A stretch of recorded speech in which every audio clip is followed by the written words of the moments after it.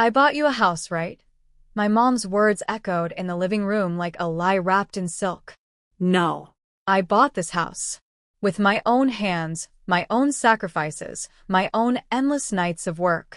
But when I walked in, there she was, my mother, arms stretched like a realtor, guiding my brother's wife through the hallways as if she owned every wall, every beam, every breath inside it. And this, she announced proudly, opening the French doors to the backyard, will be perfect for family barbecues. I stood frozen in the doorway. My name is Diana Monroe, 32 years old. And if you think the story is about a house, you're wrong. This is about what happens when trust is stolen brick by brick, and how betrayal doesn't come with warning sirens. It comes with a smile. Tell me, what do you do when the people who raised you decide your life belongs to them? I smiled, waited for them to leave, and pretended not to notice how my mother's eyes flickered when she realized I was standing there. That night, I changed every lock. The house didn't just reject them. It didn't even recognize their touch anymore. And that was just the beginning.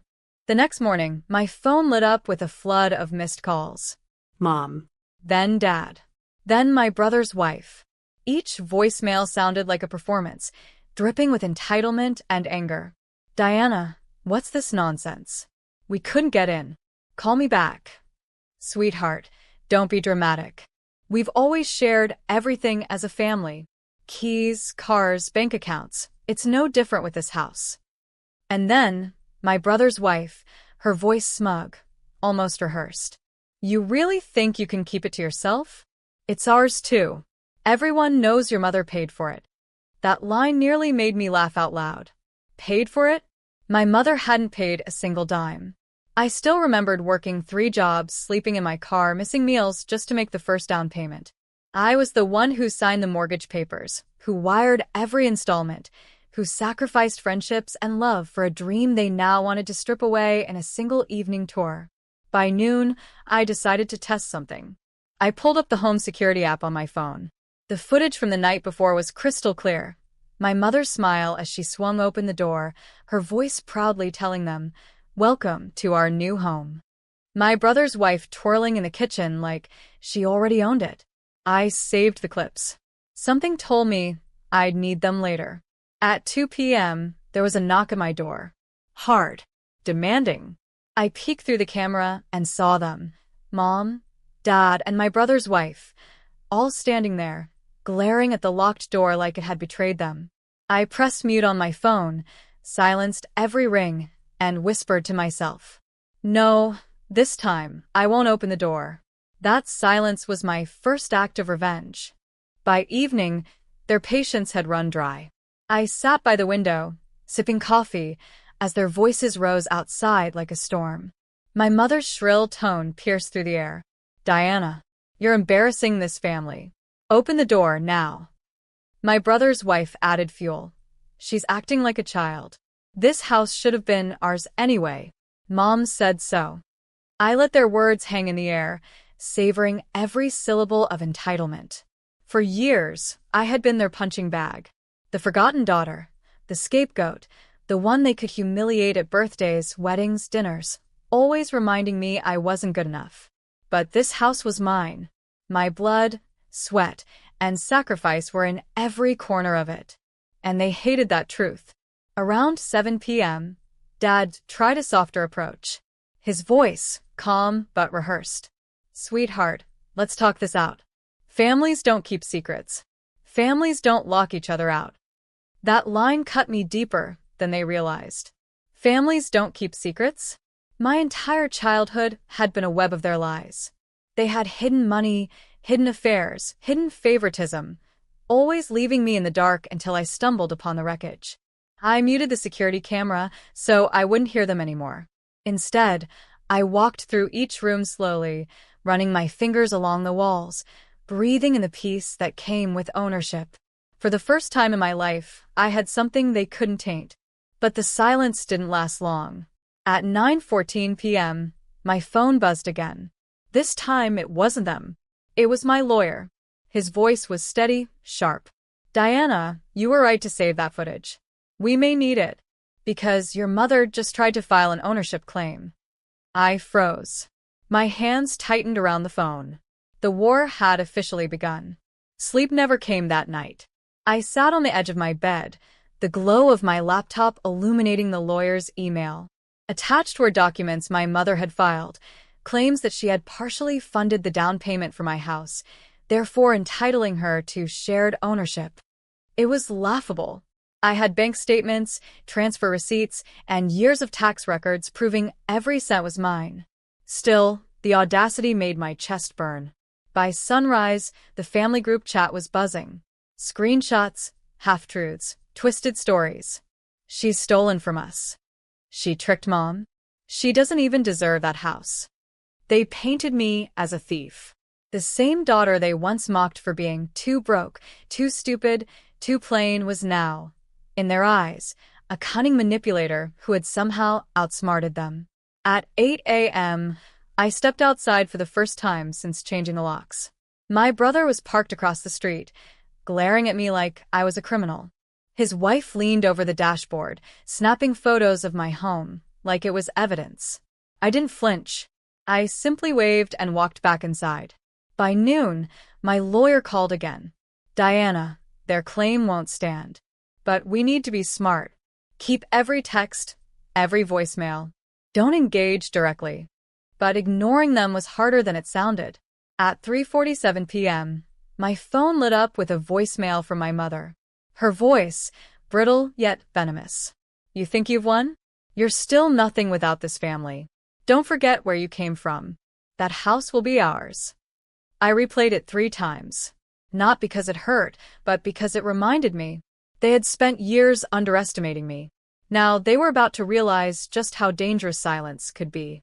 The next morning, I brewed coffee and opened my curtains wide, letting the sunlight flood every corner of my living room. My house. My walls. My sanctuary. Across the street, my brother's car was gone, but the feeling of being watched lingered like smoke. I checked my security cameras, tiny red dots blinking from every angle. I had installed them quietly months before, not out of paranoia, but out of instinct. Now they felt prophetic. By noon, the footage delivered its first gift. My mother and brother had been on my porch the night before, whispering as they tried to pry open the lock with some sort of tool. Their silhouettes were clear, their muttered curses sharper than glass. I forwarded the clip to my lawyer without hesitation. He called almost instantly, his voice a mixture of outrage and admiration. Diana, this isn't just harassment anymore. It's attempted breaking and entering. If you want, we can press charges. I hesitated, fingers tapping the kitchen counter. Pressing charges would ignite a war. But then again, hadn't they already started one? By evening, the whispers spread wider. My aunt called, pretending to check in. Within 2 minutes she was asking, "Sweetheart, maybe you should just let them use the house for a little while. You don't want to tear the family apart, do you?" I laughed so hard I startled her. Tear the family apart? They had ripped me from it years ago. All I had done was finally lock the door they'd always walked through. As the sun set, I walked through each room of my house, touching the walls, the windows, the door frames. I wasn't just protecting 4 walls. I was protecting the only thing I had built without their claws in it. And this time I swore they wouldn't take it back. 2 days later, the confrontation I knew was coming finally arrived. I was pruning the roses by my front steps when their car screeched into the driveway. My mother got out first, dressed like she was headed to brunch, not battle. My brother's wife followed, her designer bag slung over her arm like she owned the place.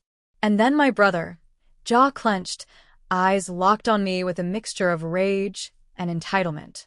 "Open the door, Diana," Mom ordered, her tone sharp as glass. "This is a family home, and you're being selfish." I calmly clipped a dead rose stem and dropped it into the basket at my feet. "This is my home, bought with my money. If you wanted a family home, you should have bought one yourselves." His wife scoffed, rolling her eyes. "You don't even need this place. You're just being spiteful." Spiteful. The word rang in my ears like a church bell. Spiteful was watching them laugh at me when I couldn't pay my tuition. Spiteful was Mom telling relatives I'd never amount to anything. Spiteful was pretending I didn't exist until suddenly I owned something they wanted. My brother stepped forward, his voice low and threatening. If you don't give us a key, we'll make sure everyone knows what kind of person you really are. I tilted my head, a slow smile spreading. Funny. I was about to say the same thing. I pulled my phone from my pocket and held up the video, clear footage of them attempting to break into my house. The blood drained from their faces in unison. You think you can intimidate me? I whispered. The locks aren't the only thing that changed. I'm not the same girl you used to trample on. Their silence told me they finally understood. That night, I didn't sleep. Not out of fear, but out of the adrenaline rush of finally standing my ground. For years, I had been the one tiptoeing around them, begging for scraps of love, of validation, of belonging. Now, the roles had shifted, and they knew it. At 9:14 p.m., my phone buzzed. A message from my mother. We're family. Stop this nonsense. Give us the keys, and no one else needs to know. Seconds later, another text from my brother's wife. You'll regret this, Diana. Don't test us. I just stared at the screen, my lips curving into a smirk. Regret? They had no idea what regret even looked like. I opened my laptop and drafted a simple email. Attached were the video clips of their attempted break-in, along with screenshots of the texts they had just sent me, thinly veiled threats. The subject line was short, sharp, and surgical, for record-keeping. I blind copied it to the neighborhood association, my lawyer, and a contact at the local paper who'd been sniffing around for stories about the respectable family my mother always bragged about. When I hit send, I felt a weight lift off my chest. Years of humiliation, years of being treated like the family shadow, evaporated with one click. By morning, I knew the calls would start. Desperate ones. Angry ones. Maybe even tearful ones. But it didn't matter. Because for the first time, the truth was no longer locked inside me. It was out there, alive and breathing, and it would do what I never could. Make them accountable. And deep down, I wondered, would they even dare show their faces in public again? The next morning came with chaos. My phone lit up before sunrise, missed calls from my mother, frantic voicemails from my brother, even a shaky text from his wife begging me to take everything down. But the chain had already been set in motion. By 8 a.m., my lawyer confirmed the video evidence and threats were securely filed. By noon, the neighborhood group chat was buzzing with whispers. And by evening, the article hit the local paper. Prominent family under scrutiny for fraud and harassment. Their empire of appearances, carefully polished for decades, cracked overnight. My mother, who once paraded me as her shame, was now trending online as a liar. My brother's wife, who had sneered at me from my own porch, was suddenly the face of entitlement in the community. And me? I didn't even have to lift another finger. That evening, as the sun dipped into the horizon, I sat on my porch with a cup of coffee. I watched their car pull up, saw them hesitate at the locked gate. They didn't dare step out this time. My mother's eyes found mine, pleading, but I felt nothing. No rage, no hurt, no longing. Just clarity. I stood, walked to the gate, and said calmly, "You erased me for years. Now the world sees who you really are. This house, this piece, it's mine. And you'll never control it again." Their faces broke, but I didn't stay to watch. I turned, closed the door behind me, and let silence answer them. For the first time in my life, I wasn't the forgotten child, the family embarrassment, or the one left in shadows. I was free.